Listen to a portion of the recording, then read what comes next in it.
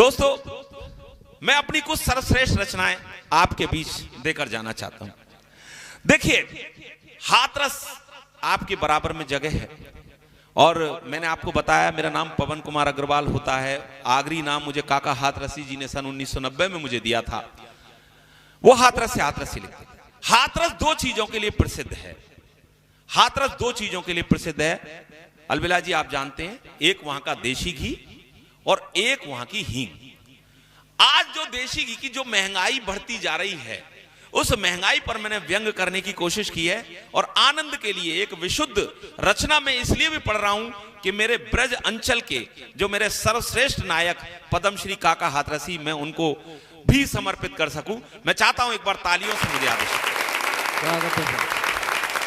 कि एक दिन हम बाजार से देसी खरीद कर ला रहे थे तो देखा कि रास्ते में हमारे तीन दोस्त गप्पे लड़ा रहे थे। हमको आते देख उन्होंने पूछा, क्यों भाई कहां से आ रहे हो और इस डिब्बे में क्या ला रहे हो?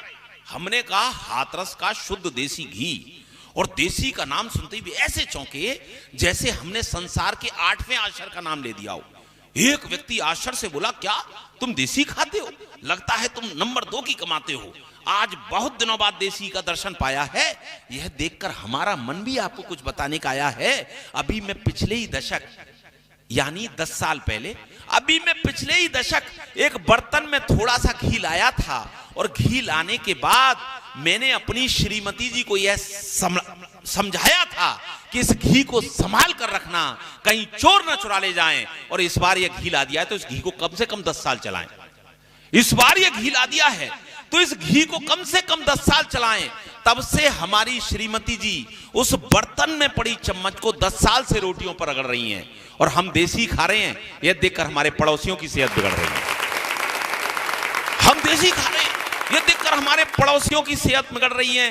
तभी दूसरा मित्र बोला, अरे तुम कुछ तो पैसा कमाते हो, अरे क्यों इतना ढेर सारा घी खाकर हार्ट अटैक का रिस्क उठाते हो? अरे हमने तो एक छोटी सी पारदर्शी शीशी में 2 तोला घी भरवाया है और घी भरने के बाद उसके मुख पर एक मजबूत डाट लगाया है। शीशी को हमारी श्रीमती जी रोटियों पर फिराती हैं और साथ ही उस पारदर्शी शीशी से घी के दर्शन भी कराती हैं। तभी तीसरा मित्र बोला, अरे बेवकूफो, तुम देसी खरीदने में कुछ न कुछ तो खर्च करते हो। अरे क्यों इस देश को घी के आयात के लिए मजबूर करते हो? अरे हमारे घर में तो जैसे ही रोटियां पककर तैयार हो जाती हैं, हमारी श्रीमती जी रोटियां हाथ में उठाकर हाथरस की दिशा में दिखाकर 3-4 बार हिलाती हैं। हमारे घर में तो जैसी रोटियां पककर तैयार हो जाती है, हमारी श्रीमती रोटियां हाथ में उठाकर हाथरस की दिशा में दिखाकर 3-4 बार हिलाती हैं। और सच मानो उस रोटी से हाथरस के शुद्ध देसी घी की सुगंध आती है, शुद्ध देसी की सुगंध आती है।